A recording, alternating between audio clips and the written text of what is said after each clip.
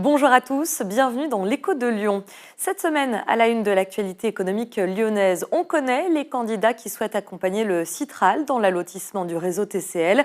Keolis et RATP Dev, candidates pour le mode lourd qui comprend l'exploitation des métros, tramways et funiculaires.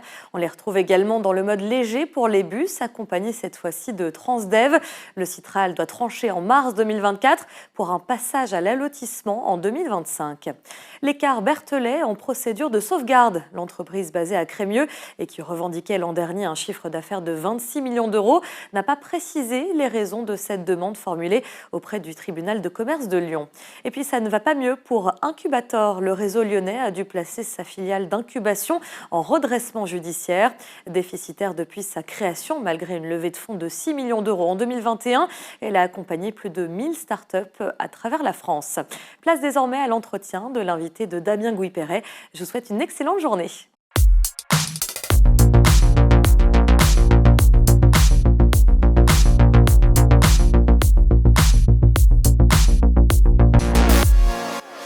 Bonjour à tous, bienvenue dans l'Écho de Lyon. Nous allons parler aujourd'hui de gastronomie locale. À la longue liste des produits lyonnais que vous connaissez tous, les bunes, la praline rose, le Saint-Marcelin, la cervelle de Canut, s'ajoutent des produits typiquement lyonnais issus du monde de la charcuterie. Donc je pense à la rosette de Lyon, les sabodets, le saucisson à cuire, les boudins, les caillettes, mais aussi la fameuse andouillette tirée à la ficelle. Alors ces produits-là ont été mis en valeur notamment par les mâchons qui ont été établis par les Canut. Vous savez, ce repas qu'on faisait après un énorme effort. Mais pas seulement, ce sont des produits qui ont été mis en valeur également par des personnalités. Et pour en parler, je reçois aujourd'hui le président de Bobos, Pierre Couturier. Pierre Couturier, bonjour. Bonjour. Alors, rappelez-nous d'où l'entreprise tire son nom, parce que Bobos, ce n'est pas un nom... on ne comprend pas bien d'où ça vient en fait. Vous avez raison, Bobos est un surnom. Je crois qu'on est une des seules marques à porter le nom d'un surnom, celui du fondateur. Alors le fondateur, c'est René Besson, c'est un personnage. Racontez-nous qui est ce monsieur. Alors René Besson est un charcutier qui a créé cette maison en 1961. C'est un personnage à la Audiard, c'est-à-dire que c'est un garçon qui était très généreux, connu pour ses recettes, la qualité de ses produits, mais aussi connu pour ses amitiés avec les chefs de l'époque, et particulièrement M. Paul Bocuse, Georges Blanc, Alain Chapelle, Lacombe, enfin tous ceux qui ont fait la gastronomie lyonnaise, et connu aussi pour tous les canulars et les blagues qu'il faisait à l'époque. Alors, comment vous expliquez que l'andouillette, que Bobos soit devenue la marque référence de l'andouillette? Qu'est-ce qui fait que l'andouillette Bobos, elle sort du lot? Alors, il y a plusieurs raisons, selon moi. La plupart des andouillettes en France sont faites à base de porc. Celle de Bobos est faite à la fraise de veau. Deuxièmement, elle est faite manuellement, ça veut dire que la fraise de veau est entière, elle n'est pas hachée. Et la recette, l'assaisonnement, qui est secret, date de l'époque de M. Paul. Donc, c'est une recette gardée secrète et personne n'y a touché depuis cette époque. Est-ce que c'est une recette qui a été faite avec M. Paul? Alors, c'est une recette qui a été faite par M. Besson avec des petits ajustements, d'après les informations que nous avons, de M. Paul. Alors, vous avez repris l'entreprise en 2021 avec un ami, Bruno Delattre. Tout à fait. C'est assez étonnant quand on lit votre parcours et le sien. Vous n'avez rien à voir avec le monde de la charcuterie. Comment vous êtes arrivé là? Alors en effet, Bruno et moi sommes a priori éloignés de ce monde-là. Tout d'abord, Bruno est un ami et nous sommes très complémentaires. Donc je cherchais un associé qui puisse être bon dans les domaines où je le suis moins. Et puis, on a une expérience qui est assez variée dans différents secteurs d'activité en France et à l'étranger. Mais j'ai une histoire familiale dans l'agroalimentaire, puisque mon père était minotier et était le premier meunier à lancer une farine biologique en France dans les années 50. Donc, il y a toujours un retour à l'histoire familiale. Alors, est-ce que ce changement de direction, ça veut dire un virage radical ou est-ce que ça veut dire la continuité? Vous voulez faire quoi avec cette entreprise? Aujourd'hui, Bobos est une très belle société. Je dirais qu'il y a 3 étapes. Il y a la première étape de M. Besson qui a inventé les recettes. La deuxième étape, notre prédécesseur, M. Juban, qui a développé la société et qui l'a fait ce qu'elle est aujourd'hui. Et c'est une chance, nous lui sommes reconnaissants. Et Bruno et moi, notre objectif aujourd'hui, c'est surtout de ne pas faire de bêtises. Donc nous sommes dans la continuité, je dirais, dans le développement de cette marque qui est premium. Alors, Bobos, on connaît pour un produit en particulier, mais Bobos, ce sont plein de produits. Dites-nous ce que fait Bobos. Alors, Bobos, c'est plus de 80 références qui sont souvent liés aux saisons. Donc il y a des produits qui arrivent et des produits qui disparaissent selon les périodes de l'année. Alors bien évidemment, il y a les andouillettes et on en fait à peu près une dizaine de sortes différentes. Mais on fait bien sûr les saucissons à cuire, les sabots-dés, les quenelles, les terrines, les caillettes, les boudins. Donc il y a une gamme qui est très importante et qui s'adresse à une clientèle de professionnels. Et en volume, ça donne quoi? En volume, rien que les andouillettes, c'est 85 tonnes par an. Et sur l'ensemble du tonnage, c'est un peu moins de 200 tonnes par an. Alors, je vais faire un mauvais jeu de mots, mais combien de personnes bossent pour Bobos? Le Bobos. Le laboratoire est une petite structure artisanale où nous sommes une trentaine de salariés et nous n'avons pas de chaîne de production automatique. Donc, tout est fait de manière manuelle et de manière artisanale et on en est très fiers. Alors, à la légendaire convivialité de Bobos s'ajoute la garantie de qualité. Vous pouvez nous parler de la provenance des produits et de ce qu'on y trouve? Alors, nous travaillons exclusivement des viandes d'origine française, principalement des viandes de la région Rhône-Alpes. L'abattoir principal avec lequel nous travaillons est à quelques dizaines de kilomètres du laboratoire. Après, il y a des viandes d'origine France plus générale, pas uniquement de la région Rhône-Alpes, tout simplement pour des raisons de volume. Par exemple, la fraise de veau que nous utilisons dans nos andouillettes est exclusivement française, mais comme on en fait de beaux volumes, l'approvisionnement est national. Et c'est la même chose, par exemple, pour le gibier. Le gibier est français, mais bien évidemment, il ne vient pas uniquement de la région Rhône-Alpes. Alors, la marque Bobos, on la trouve facilement dans notre région, mais comme on ne trouve pas de Saint-Félicien sur une table bretonne, je pense qu'on ne trouve pas de Bobos non plus sur une table bretonne. Est-ce que vous y travaillez? Alors oui, mais c'est déjà le cas depuis quelque temps. Sur notre clientèle professionnelle, on travaille avec 1100 restaurateurs en France. Un tiers est fait dans la région Rhône-Alpes. Et le reste est fait dans le reste du territoire. Alors je dirais qu'il y a un tiers qui est fait à Paris et région parisienne, et puis le reste se répartit sur les territoires. Alors vous avez raison de citer la Bretagne.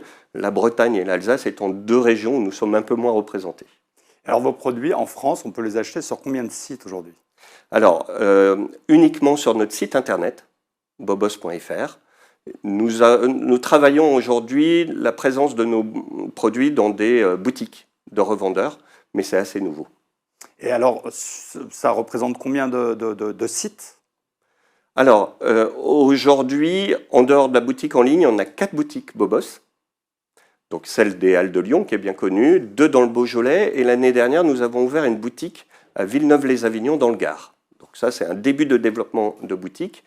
Et ensuite, les revendeurs particuliers, on a encore du mal à chiffrer, c'est assez nouveau.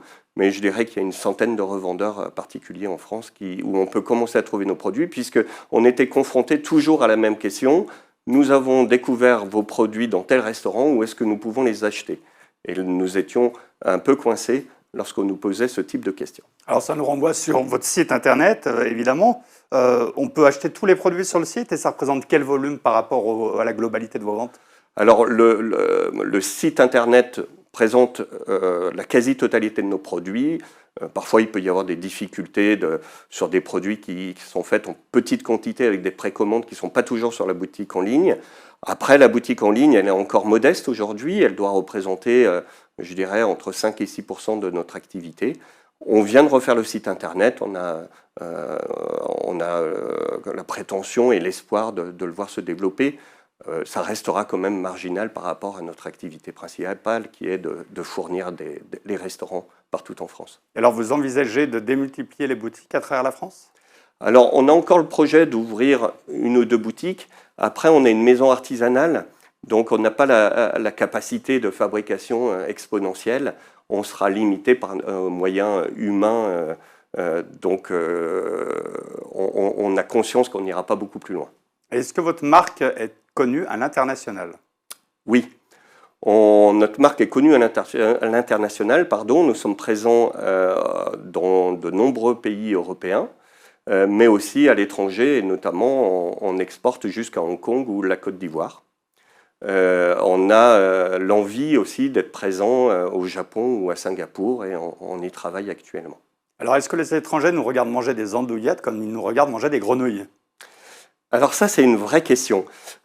Pour beaucoup de pays, l'andouillette est un produit complètement inconnu et incompris, mais on a de belles expériences là-dessus. encore récemment, une émission australienne a été tournée à Lyon et une des équipes qui devait trouver des andouillettes est venue chez nous et les a fait cuisiner dans un restaurant bien connu des Halles qui a la spécialité des grenouilles.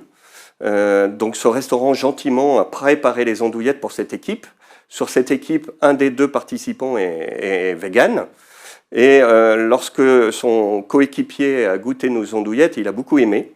Le participant vegan a voulu à tout prix lui aussi goûter l'andouillette et a à son tour beaucoup aimé. Et puis c'est allé plus loin que ça, puisqu'ils ont demandé au restaurateur de goûter les grenouilles. Et là, les 2, y compris le participant vegan, se sont régalés. Je pense que ça va nous faire une certaine publicité en Australie. Alors justement, l'Australie, est-ce que vos produits qui sont des produits frais sont exportables partout dans le monde? Est-ce qu'on peut les conserver suffisamment longtemps? Ça se passe comment en matière de garantie justement culinaire? Alors nous, notre laboratoire a un agrément sanitaire européen qui est le niveau le plus élevé, donc on peut exporter partout dans le monde. Ça, c'est la théorie. Ensuite, la pratique, tout dépend de la législation des pays visés. Alors il y a des parties du monde où on sait très bien que nos produits ne sont pas attendus et il sera difficile de les exporter. Je pense notamment au continent américain où ce n'est pas du tout dans leur culture. Par contre, la région de l'Asie du Sud-Est nous intéresse beaucoup parce que là, on est face à des populations qui sont ouvertes, qui ont plus l'habitude de manger des abats. Et c'est là où aujourd'hui on concentre nos efforts. Alors si demain vous avez un développement plus important à l'international, est-ce que votre outil industriel peut suivre? Alors on aura des limites. Comme je vous le disais, on tient ce côté familial et artisanal. Aujourd'hui, on a encore une petite marge de développement, mais elle n'est pas infinie. Et on préfère jouer sur la qualité et, je dirais, la qualité de nos clients plutôt que la quantité, c'est évident. Alors, est-ce qu'on peut imaginer demain, justement, pour faire face à une demande importante, que vous développiez un 2e site, éventuellement? Alors, tout est possible, mais ce n'est pas notre souhait aujourd'hui. On tient cet esprit familial. On est dans le Beaujolais, on a une équipe de salariés qui sont tatoués bobos, qui sont fidèles. Et cet esprit familial, on veut le conserver à tout prix. Pierre Couturier, merci beaucoup pour votre présence. Je vous invite évidemment à aller découvrir tous ces produits au Halles de Lyon parce que c'est l'endroit le plus accessible pour vous. Mais vous pouvez vous rendre également sur le site bobos.fr, BO2SE.fr. Et si vous voulez rentrer en contact avec l'émission, vous m'adressez un mail à dgp@lyonmag.com. À la semaine prochaine. Merci.